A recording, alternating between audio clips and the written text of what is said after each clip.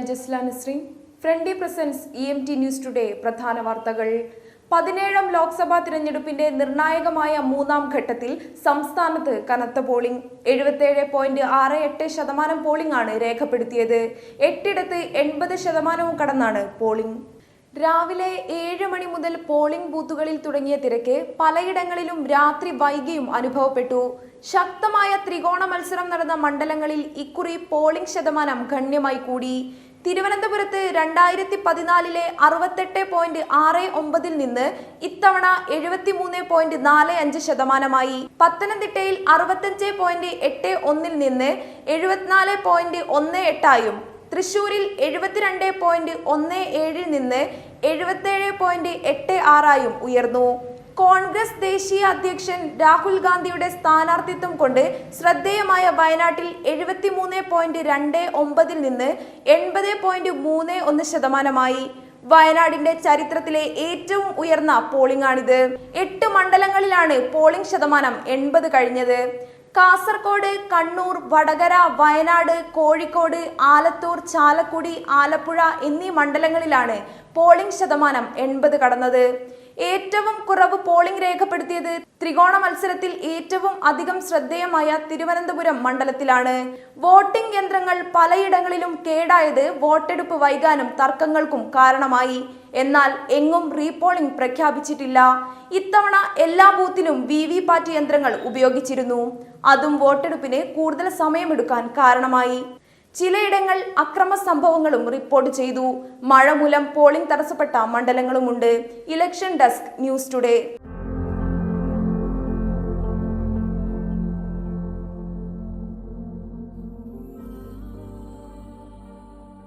ലോക്സഭാ തിരഞ്ഞെടുപ്പിൽ തങ്ങളുടെ സമ്മതിദാന അവകാശം വിനിയോഗിക്കാൻ താരങ്ങളും നേതാക്കളും തിരക്കുകൾ മാറ്റിവെച്ചെത്തി. മോഹൻലാൽ, മമ്മൂട്ടി തുടങ്ങിയ സിനിമാ താരങ്ങളും പ്രമുഖ രാഷ്ട്രീയ നേതാക്കളായ പിണറായി വിജയൻ, AK ആന്റണി, പാണക്കാട് ഹൈദരലി ശിഹാബ് തങ്ങൾ, വ്യവസായി MA യൂസഫലി തുടങ്ങിയവരാണ് എത്തിയത്. മമ്മൂട്ടി, മോഹൻലാൽ തുടങ്ങിയ പ്രമുഖ സിനിമാ താരങ്ങളും മുഖ്യമന്ത്രി പിണറായി വിജയനും അടക്കമുള്ളവർ രാവിലെ തന്നെ വോട്ട് രേഖപ്പെടുത്തി. കുടുംബത്തോടൊപ്പമാണ് മുഖ്യമന്ത്രി വോട്ട് ചെയ്യാനെത്തിയത്. കൊച്ചിയിൽ നിന്ന് തിരുവനന്തപുരത്തെത്തിയാണ് മോഹൻലാൽ വോട്ട് ചെയ്തത്. എറണാകുളം മണ്ഡലത്തിൽ ഭാര്യ സുൽഫത്തിനൊപ്പം എത്തിയായിരുന്നു മമ്മൂട്ടി വോട്ട് രേഖപ്പെടുത്തിയത്. മമ്മൂട്ടിക്കൊപ്പം UDF സ്ഥാനാർത്ഥി ഹൈബി ഈഡനും LDF സ്ഥാനാർത്ഥി P രാജീവും ഉണ്ടായിരുന്നു. ദുൽഖർ, മുകേഷ്, ടൊവിനോ തോമസ് തുടങ്ങിയവരും തങ്ങളുടെ സമ്മതിദാന അവകാശം വിനിയോഗിച്ചു. ഇത്തവണയും പതിവ് തെറ്റാതെ വോട്ടെടുപ്പ് തുടങ്ങുന്നതിന് അരമണിക്കൂർ മുൻപ് തന്നെ പാണക്കാട് ഹൈദരലി ശിഹാബ് തങ്ങൾ വോട്ട് ചെയ്യാനെത്തി. പാണക്കാട് CKMM സ്കൂളിൽ എത്തിയാണ് അദ്ദേഹം വോട്ട് ചെയ്തത്. പ്രമുഖ വ്യവസായി MA യൂസഫലി തന്റെ ഹെലികോപ്റ്ററിൽ എത്തിയാണ് സമ്മതിദാന അവകാശം വിനിയോഗിച്ചത്. പ്രതിപക്ഷ നേതാവ് Ramesh Chennithala, governor P Sadasivam, KPCC president Mullappally Ramachandran, Innocent MP, Alphons Kannanthanam, സ്ഥാനാർത്ഥികളായ ശശി തരൂർ, കുമ്മനം രാജശേഖരൻ തുടങ്ങിയവരും വോട്ട് ചെയ്യാനെത്തിയിരുന്നു. Election desk news today.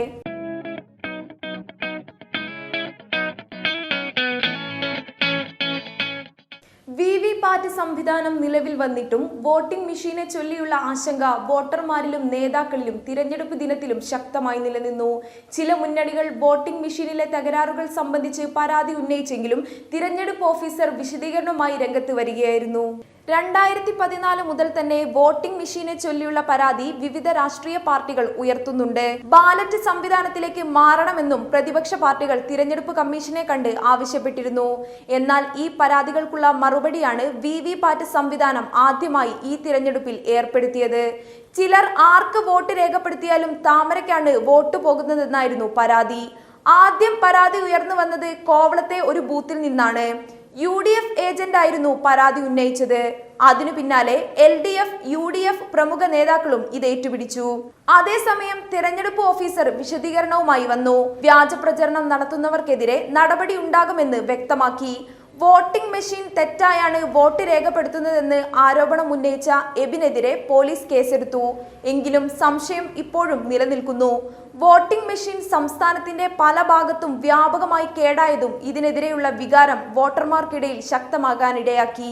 Election desk news today. German Lubriflo ink वाला Cello Butterflow. Go play. Cello Butterflow लिखे ऐसा मक्खन जैसा. വിദേശങ്ങളിലേക്ക് വൻതുക കടത്തുന്നതിനുള്ള ശ്രമങ്ങൾ സൗദി കസ്റ്റംസ് പരാജയപ്പെടുത്തി. കഴിഞ്ഞ 1.5 മാസത്തിനിടെ 1.5 കോടി റിയാലാണ് വിദേശങ്ങളിലേക്ക് നിയമവിരുദ്ധമായി കടത്താൻ ശ്രമിച്ചതെന്ന് സൗദി കസ്റ്റംസ് അറിയിച്ചു. പണവും മറ്റ് നിരോധിത വസ്തുക്കളും കടത്തുന്നവരെ കുറിച്ച് 1910 എന്ന നമ്പറിൽ വിവരമറിയിച്ച് എല്ലാവരും സഹകരിക്കണമെന്ന് സൗദി കസ്റ്റംസ് ആവശ്യപ്പെട്ടു. പണം വെളുപ്പിക്കൽ വിരുദ്ധ നിയമം അനുസരിച്ച് പണവും സ്വർണവും ട്രാവലേഴ്സ് ചെക്കുകളും അടക്കം 60,000 റിയാലിൽ കൂടുതൽ പണം കൈവശം വെക്കുന്ന യാത്രക്കാർ അതേക്കുറിച്ച് പ്രത്യേക ഫോറം പൂരിപ്പിച്ച് നൽകി കസ്റ്റംസിൽ മുൻകൂട്ടി വെളിപ്പെടുത്തൽ നിർബന്ധമാണ്. സൗദിയിൽ നിന്ന് പുറത്തേക്ക് പോകുന്നവർക്കും വിദേശങ്ങളിൽ നിന്ന് സൗദിയിലേക്ക് വരുന്നവർക്കും ഇത് ഒരുപോലെ ബാധകമാണ്. News today, Riyadh.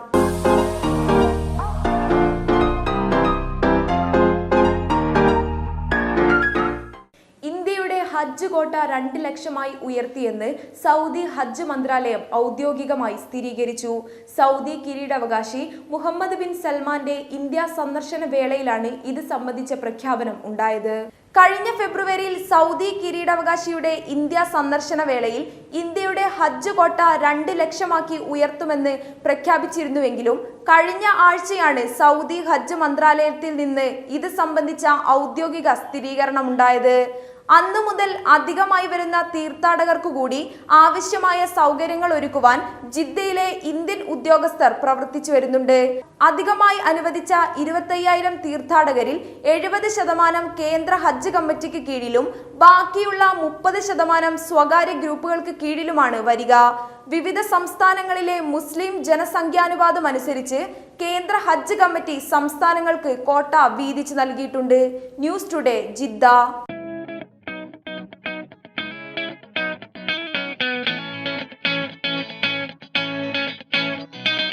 ജനങ്ങളെ ക്യൂവിൽ നിർത്തി ബുദ്ധിമുട്ടിച്ചാൽ ഉത്തരവാദികളായ ഉദ്യോഗസ്ഥർ സർവീസിൽ ഉണ്ടാകില്ലെന്ന മുന്നറിയിപ്പുമായി ദുബായ് ഭരണാധികാരി.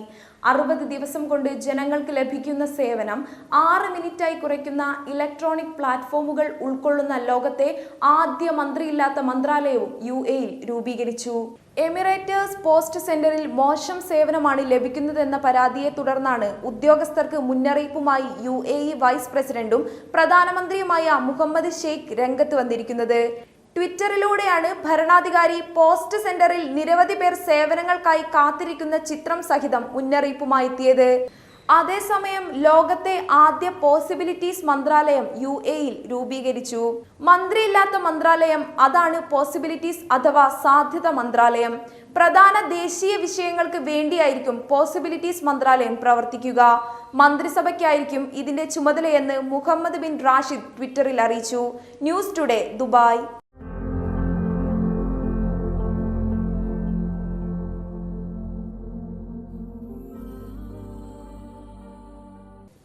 MES കഴിഞ്ഞ വർഷത്തെ ഏറ്റവും മികച്ച സ്കോർ കരസ്ഥമാക്കിയ വിദ്യാർത്ഥികൾക്കും ഖുർആൻ മനഃപ്പാഠമാക്കിയവർക്കും ഗോൾഡ് മെഡലോടുകൂടി പുരസ്കാരം നൽകി ആദരിച്ചു. പരിപാടി Prince Sattam bin Abdul Aziz University assistant professor doctor Naseema ഉദ്ഘാടനം ചെയ്തു.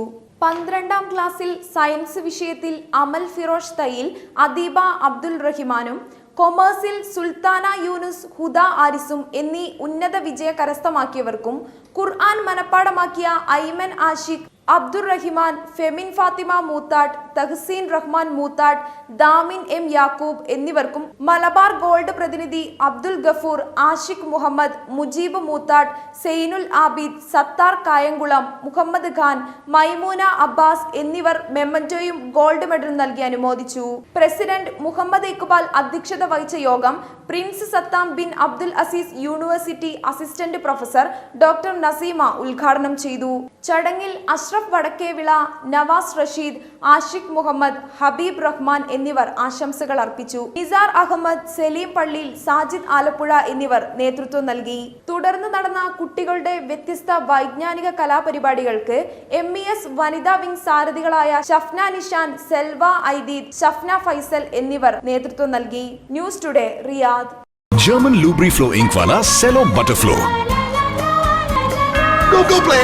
Cello Butterflow, लिखे ऐसा मक्खन जैसा. ന്യൂസ് ടുഡേ അഭിമുഖത്തിൽ ഇന്ന് നമ്മുടെ അതിഥിയായി വന്നിരിക്കുന്നത് രാജ്യാന്തര തലത്തിൽ തന്നെ പ്രശസ്തരായ 2 പ്രമുഖ ഷെഫുമാരാണ്. നമുക്ക് ഇവരെ പരിചയപ്പെടാം.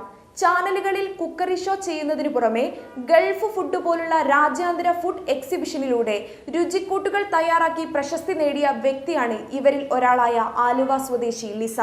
രുചിക്കൂട്ടുകളുടെ പെരുമ തീർക്കുന്ന ലിസയുടെ വാക്കുകളിലേക്ക്. ഫ്ലേവേഴ്സ് രംഗത്ത്, പാചക രംഗത്ത് ഏറെ പ്രശസ്തിയായിട്ടുള്ള ലിസ ജോജിയാണ് ഇന്ന് നമ്മോടൊപ്പം. നമുക്കറിയാം, ആലുവ സ്വദേശിയും അതുപോലെ തന്നെ റിയാദിൽ ഏറെ അറിയപ്പെടുന്ന, റിയാദിൽ മാത്രമല്ല ഗൾഫിൽ മാത്രമല്ല വിദേശ രാജ്യങ്ങളിലും എല്ലായിടത്തും വളരെ പ്രശസ്തിയായിട്ടുള്ള, അതുപോലെ തന്നെ ലിസാസ് ഫ്ലേവേഴ്സ് എന്ന പേരിൽ യൂട്യൂബിലൂടെ ആയിരക്കണക്കിന് ആളുകൾക്ക് ഒക്കെ എത്രയോ സഹായകരമായിട്ടുള്ള ഭക്ഷ്യവിഭവങ്ങൾ ഒക്കെ ഒട്ടേറെ വിഭവങ്ങൾ പരിചയപ്പെടുത്തിയ ഏറ്റവും പ്രധാനപ്പെട്ട ഒരു അതിഥിയാണ് ഇന്ന് നമുക്ക് ഭാഗ്യവശാൽ വീട്ടിലിരിക്കുന്നത്. ന്യൂസ് ടുഡേയുടെ ഈ പ്രോഗ്രാമിലേക്ക് നമുക്ക് അവരെ സ്വാഗതം ചെയ്യാം. ഹലോ, എന്താണ് വിശേഷങ്ങളൊക്കെ? നല്ല വിശേഷങ്ങൾ, സുഖമായിട്ടിരിക്കുന്നു. എത്ര വർഷമായി സൗദി അറേബ്യയിൽ? 25 years ആയി. 25 വർഷം.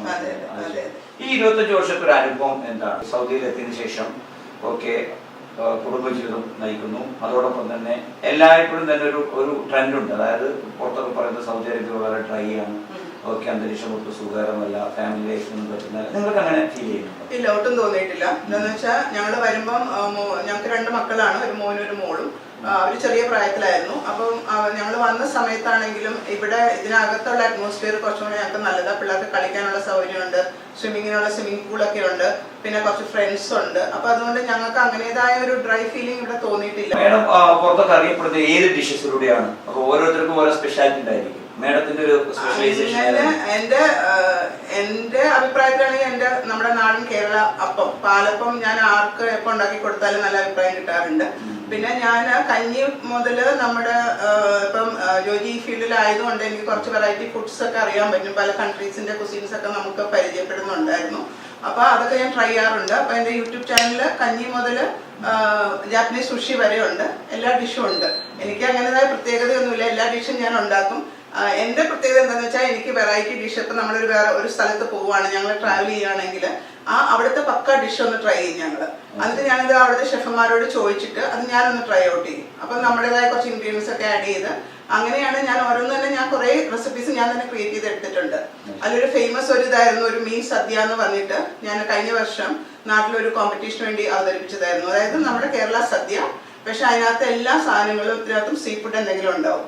അതായത് കൂന്തല് വെച്ചിട്ട് അവിയല്, ക്രാബ് വെച്ചിട്ട് രസം, പിന്നെ കക്കയിറച്ചി വെച്ചിട്ട് ഒരു തോരൻ, മത്തങ്ങയും ചെമ്മീനും കൂടെ ഒരു എരിശ്ശേരി, അങ്ങനെ പിന്നെ മുരിങ്ങപ്പൂ, മുരിങ്ങക്കായ, മുരിങ്ങ ഇല എല്ലാം കൂടെ വെച്ചിട്ട് ഒരു സ്ക്വിഡും കൂടി ഇട്ടിട്ട് ഒരു തോരൻ. അങ്ങനെ അതൊക്കെ ഞാൻ തന്നെ ക്രിയേറ്റ് ചെയ്ത് ഉണ്ടാക്കിയ ഒരു റെസിപ്പീസ് ആണ്. ഹസ്ബൻഡ് ഇതേ മേഖലയിൽ തന്നെയാണെന്ന് പറഞ്ഞു. നിങ്ങൾ പരസ്പരം നിങ്ങൾ 2 പേരും ഉണ്ടാക്കുന്ന ഏകദേശം ഒരേ വിഭവങ്ങൾ തന്നെയാണോ? അതല്ല നിങ്ങളുടെ ഏരിയ വേറെയും അവരുടെ ഏരിയ വേറെയും അങ്ങനെയാണ്? അതെ, ജോജി ചെയ്യുന്നത് ഇത് റോയൽ ഫാമിലിക്ക് വേണ്ടിയിട്ടുള്ള കുക്കിംഗ് ആണ് അവിടെ ചെയ്യുന്നത്. അപ്പൊ അത് എൻ്റെലി കൂടുതലും സൗദി അറബിക് ഫുഡാണ്. ഇപ്പൊ ഇവിടെ വന്ന് സൗദി അറേബ്യ വന്നേ പിന്നെ അതിനു മുമ്പ് ഞങ്ങൾ ബഹ്റൈനിലൊക്കെ ആയിരുന്നപ്പം അവിടെ ഹെഡ് ഓഫ് സ്റ്റേറ്റ്സിനും അങ്ങനത്തെ ഫുഡാണ് ജോജി സെർവ് ചെയ്യുന്നത്. എന്റെയും ആയിട്ട് കമ്പാരിറ്റീവ്ലി ഭയങ്കര ഡിഫറൻസ് ഉണ്ട്. ഈ മേഖലയിൽ എന്തെങ്കിലും അംഗീകാരങ്ങൾ ഇതിനു മുമ്പ് കിട്ടിയിട്ടുണ്ടോ? എന്തെങ്കിലും അവാർഡുകൾ, സമ്മാനങ്ങൾ? ഉണ്ട്. ഞങ്ങള് നാട്ടില് ഇവിടെ 92 വന്നെങ്കിലും 2 years ഞങ്ങള് നാട്ടില് ശരിക്കും സെറ്റിൽ ചെയ്യാൻ പോയതായിരുന്നു. അപ്പൊ നാട്ടില് ജോജിയുടെ ഹോളിഡേയും കൊച്ചിനില് ഷെഫായിട്ട് വർക്ക് ചെയ്യുന്ന സമയത്ത് ഒത്തിരി ഫുഡ് സ്റ്റൈലിങ്ങിന്റെ ആൾക്കാർ വന്നിട്ട് പരിചയപ്പെടുത്തിയിട്ടുണ്ട്. അപ്പൊ ഞങ്ങൾ നാട്ടിലായ പിന്നെ ഞാൻ അതേപോലെ തന്നെ ഒത്തിരി കോമ്പറ്റീഷൻസിന് പോയിട്ടുണ്ട്, കുറെ കോമ്പറ്റീഷനൊക്കെ വിൻ ചെയ്തിട്ടുണ്ട്, ഒത്തിരി പ്രൈസസും കിട്ടിയിട്ടുണ്ട്. എനിക്ക് ഭയങ്കര ഇഷ്ടമാണ് കോമ്പറ്റീഷൻ പോകാനായിട്ട്, അത് ചെയ്തിട്ടുണ്ട്. പിന്നെ ജോജിയുടെ പേരിലാണ് എനിക്ക് ഫുഡ് സ്റ്റൈലിംഗ് കിട്ടിയത്. അപ്പൊ അങ്ങനെ മേജർ കറി പൗഡേഴ്സിന് വേണ്ടിയിട്ട് ഒത്തിരി ഫുഡ് സ്റ്റൈലിംഗും ചെയ്തിട്ടുണ്ട്. അപ്പൊ അങ്ങനെ ഫുഡിന്റെ കുറെ കാര്യങ്ങളിൽ ഞാൻ ഇൻവോൾവ് ആണ് നാട്ടില്.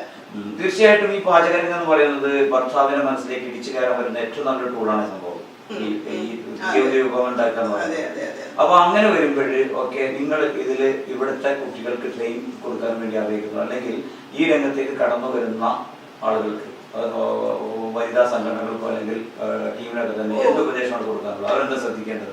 അവര് ശ്രദ്ധിക്കേണ്ടതെന്ന് വെച്ചാൽ നമ്മള് ഒന്ന് മെനക്കെട്ടിട്ട് ചെയ്യുവാണെങ്കിൽ നമുക്ക് പാചകം വളരെ സിമ്പിൾ ആക്കി എടുക്കാൻ പറ്റും. അതായത് ഫ്രഷ് ആയിട്ട്, ഞാൻ എൻ്റെ ഒരു തിയറി അനുസരിച്ചിട്ടാണെങ്കിൽ ഞാൻ ഈ മസാല പൗഡേഴ്സ് അങ്ങനത്തെ ഒന്നും നേരത്തെ ഉണ്ടാക്കി വെക്കത്തില്ല, എല്ലാം ഫ്രഷ് ആയിട്ട് ചെയ്യുള്ളൂ. കുറച്ച് ബുദ്ധിമുട്ടുണ്ട്, അതിന് സമയമുള്ള, ഇവിടെ ഇപ്പൊ സമയമുള്ള വീട്ടമ്മമാർക്കാണെങ്കിൽ അങ്ങനെ ചെയ്ത് നല്ലതായിട്ട് ഉണ്ടാക്കാം. ശരിക്കും പാചകം ഒരു കലയാണ്. അതിന് ഒത്തിരി നമുക്കതിങ്ങനെ പഠിച്ചാലും ഒത്തിരി തീരത്തില്ല, ഒത്തിരി ഉണ്ട് പഠിക്കാനായിട്ട് അതിനകത്ത്. ഞാനിപ്പോഴും പഠിച്ചുകൊണ്ടിരിക്കുന്ന ഒരു വ്യക്തിയാണ്. അപ്പോൾ ഒത്തിരി അതിനകത്ത് നമുക്ക് പഠിക്കാനുണ്ട്. അപ്പം പക്ഷെ നമ്മളതൊരു ഇഷ്ടത്തോടെ ചെയ്താൽ ശരിക്കും അത് ആസ്വദിച്ച് ചെയ്യാൻ പറ്റും. മേഡം ഉണ്ടാക്കുന്ന വിഭവങ്ങളിൽ ഏറ്റവും നമ്മുടെ ചേട്ടന് ഒക്കെ ഇഷ്ടപ്പെട്ട വിഭവം പായസം. നമ്മുടെ ശർക്കര പരിപ്പ് പായസം, ചക്കപ്പായസം, അതൊക്കെ ജോജിയുടെ ഫേവറേറ്റ്സ് ആണ്. എല്ലാം ഇഷ്ടമാണ് ജോജിക്ക്. അങ്ങനെ ഇതൊന്നുമില്ല, ഏത് ഫുഡും കഴിക്കുന്നു. ഞങ്ങൾ അങ്ങനെ ഒരു ഈ ഫീൽഡിലായതുകൊണ്ട് നമ്മുടെ കേരള ഫുഡ് തന്നെ വേണമെന്ന് കമ്പൽസറി ഒന്നുമില്ല, എല്ലാ ഫുഡും കഴിക്കും. ഞാനതാ പറഞ്ഞു, ഞാനിപ്പോ യൂട്യൂബിലൊരു 400 ഇപ്പം 400ാമത്തെ എപ്പിസോഡ് ഇടാൻ പോകുന്നേ ഉള്ളൂ. അപ്പൊ ജോജി പറയുന്ന അത്രയും ടൈപ്പ് ഫുഡ്സ് ജോജി തന്നെ ടേസ്റ്റ് ചെയ്തിട്ടുണ്ടെന്ന് പറയും. പലരും പറയുന്ന കേൾക്കാറുണ്ട്, പ്രത്യേകിച്ച് മാധ്യമങ്ങളിലൊക്കെ സ്ഥിരമായിട്ട് വരുന്ന റിപ്പോർട്ടുകളാണ് നമ്മൾ ഈ ഭക്ഷ്യവിഭവങ്ങൾ ഒക്കെ കൂടുതൽ രുചികരമാക്കുന്നതിന് വേണ്ടി അതിൽ കെമിക്കൽസ് യൂസ് ചെയ്യുന്നത്. മേഡം എങ്ങനെയാണ് അതിനെ നോക്കിക്കാണുന്നത്? നല്ലതാണോ? കളർ ഫ്ലേവേഴ്സ് ഒക്കെ ചേർക്കും? ഇല്ല, അത് ജോജിയുടെ ഒരു നിർബന്ധം, ജോജിക്ക് ആകെ ഒരു നിർബന്ധം മാത്രമേ ഉള്ളൂ, വീട്ടിലെ ഫുഡ് കളറും അജിനോമോട്ടോ അലൗഡ് അല്ല. ഞങ്ങള് ജോജിയുടെ കിച്ചണിലും അലൗഡ് അല്ല, ഇവിടെ വീട്ടിലും അലൗഡ് അല്ല. ഞാൻ ഒരിക്കലും കളേഴ്സ് യൂസ് ചെയ്തിട്ടില്ല. മീൻസ് കുക്കിങ്ങിന്, അതായത് എഡിബിൾ ഈറ്റിങ്ങിന് ചെയ്തിട്ടില്ല. പക്ഷെ ഫുഡ് സ്റ്റൈലിങ്ങിന് ഞാൻ ചെയ്തിട്ടുണ്ട്. അതായത് നമുക്കൊരു ഫുഡ് അട്രാക്റ്റീവ് ആയിട്ട് കാണണമെങ്കിൽ അതിന് കളർ കൊടുത്തേ പറ്റുള്ളൂ. അത് നമുക്ക് കഴിക്കാൻ പറ്റത്തില്ല. അത് ഫുഡ് സ്റ്റൈലിങ്ങിന് വേണ്ടിയിട്ട് മാത്രം ഞാൻ ചെയ്തിട്ടുണ്ട്. പക്ഷെ Ajinomoto and food colours not allowed. അപ്പൊ ഞാൻ ആ യൂട്യൂബ് ചാനലിൽ കൂടെ കാണിക്കുന്നത് മറ്റുള്ളവർക്ക് ഉണ്ടാക്കി അവർക്ക് ട്രൈ ഔട്ട് ചെയ്യാം. അപ്പൊ ഞാൻ പറഞ്ഞു, നമ്മളിപ്പോ പിള്ളേർക്കൊക്കെ വേണ്ടിയിട്ടാണെങ്കിൽ ഒരു ബർഗർ ഒക്കെ ആണെങ്കിലും പുറത്ത് പോയി വാങ്ങിക്കേണ്ട, നമുക്ക് തന്നെ വീട്ടിലുണ്ടാക്കി കാണിച്ചു കൊടുക്കാം, നമുക്ക് ഉണ്ടാക്കി പിള്ളേർക്ക് കൊടുക്കാം. അപ്പൊ നമ്മൾ കുറച്ചുകൂടെ ഹെൽത്തി ആയിരിക്കും, ഹൈജീനും കൂടുതലായിരിക്കും നമ്മൾ വീട്ടിലുണ്ടാക്കുന്നത്. ഇപ്പൊ പിള്ളേരൊക്കെ ഫാസ്റ്റ് ഫുഡിന്റെ പുറകെ പോകുന്നതുകൊണ്ട് അതുകൊണ്ടാണ് എന്റെ യൂട്യൂബ് ചാനലിൽ ഒരിക്കലും ഒരു കേരള ബേസ്ഡ് അല്ലെങ്കിൽ ഇന്ത്യ ബേസ്ഡ് ഫുഡ് ആയിരിക്കത്തില്ല. ഇന്റർനാഷണൽ മൾട്ടി എല്ലാം ഉണ്ട്. നമ്മുടെ കേരളം, ഞാൻ പറയും, കഞ്ഞി മുതല് നമ്മുടെ ചമ്മന്തി മുതൽ ഇപ്പൊ എന്താ പറയാ അങ്ങേയറ്റത്ത് സുഷി വരെ അല്ലെങ്കിൽ സ്റ്റേക്സ് വരെ എല്ലാം ഞാൻ കാണിച്ചു കൊടുക്കാറുണ്ട്. അപ്പൊ എൻ്റെ ഒരു ആഗ്രഹം അതാണ്, അതായത് നമ്മൾക്ക് വീട്ടിലും ഇതുപോലത്തെ ഭക്ഷണം, നമുക്ക് പുറം രാജ്യങ്ങളിലുള്ള ഭക്ഷണം നമുക്ക് നമ്മുടെ വീടുകളിലെ അടുക്കളയിൽ ഉണ്ടാക്കി നമ്മുടെ ഫാമിലിക്കും ഫ്രണ്ട്സിനും മക്കൾക്കും കൊടുക്കാൻ പറ്റും. അപ്പൊ അതൊന്ന് പ്രൊമോട്ട് ചെയ്യാൻ വേണ്ടിയിട്ടാണ് ഞാൻ മെയിൻ ആയിട്ട് യൂട്യൂബ് ചാനൽ തുടങ്ങിയത്. വെബ്സൈറ്റും ഉണ്ട്, lisasflavors.com എന്ന് പറഞ്ഞ വെബ്സൈറ്റും ഉണ്ട്. എൻ്റെ യൂട്യൂബ് ചാനലിന്റെ പേര് ലിസാസ് ഫ്ലേവേഴ്സ് തന്നെയാണ്. അപ്പം നിങ്ങൾക്ക് കുറെ നോക്കിയാൽ അതൊക്കെ കാണാൻ പറ്റും. ഹസ്ബൻഡിന്റെ പെർഫോമൻസിനെ കുറിച്ച് എങ്ങനെ വിലയിരുത്തുന്നു? അവർ പാചകരംഗത്താണ്, നിങ്ങളും പാചകരംഗത്താണ്. ഓക്കെ, അപ്പോ അവരുടെ പ്രവർത്തനങ്ങൾ, അവരുടെ വിഭവങ്ങളൊക്കെ തന്നെ എങ്ങനെ നോക്കിക്കാണുന്നു? അതൊന്നും എനിക്ക് ഇമാജിൻ ചെയ്യാൻ പറ്റാത്ത ഡിഷസ് ആണ്. അതായത് അത് ഇവിടുത്തെ ഒരു റോയൽ ഫാമിലിക്ക് കൊടുക്കുന്ന പോലത്തെ ഭക്ഷണമാണ്. റോയൽ ഫാമിലിക്ക് കൊടുക്കുന്ന, അതായത് ആ ഹൈ സ്റ്റാൻഡേർഡുള്ള നമ്മുടെ റിയാദിൽ വരുന്ന ഹെഡ് ഓഫ് സ്റ്റേറ്റ്സിനെ സെർവ് ചെയ്യുന്ന പാലസിലാണ് ജോജി വർക്ക് ചെയ്യുന്നത്. അപ്പൊ ഇവിടുത്തെ കംപ്ലീറ്റ് രാജാവ് ബാക്കിയുള്ള രാജ്യത്തു നിന്ന് വരുന്ന പ്രസിഡന്റ്, പ്രൈം മിനിസ്റ്റേഴ്സിന് കൊടുക്കുന്ന ഫുഡാണ് ജോജിയുടെ സെർവ് ചെയ്യുന്നത്. അതൊന്നും എനിക്ക് ഇമാജിൻ ചെയ്യാൻ പറ്റത്തില്ല. അത് ജോജി തന്നെയല്ല, അതൊരു വലിയൊരു ടീമുണ്ട് അവർക്ക്. ആ ടീമാണ് അത് എല്ലാം ഹാൻഡിൽ ചെയ്യുന്നതും. അത് നല്ല സക്സസ്ഫുൾ ആയിട്ട് പോയിക്കൊണ്ടിരിക്കുന്നു.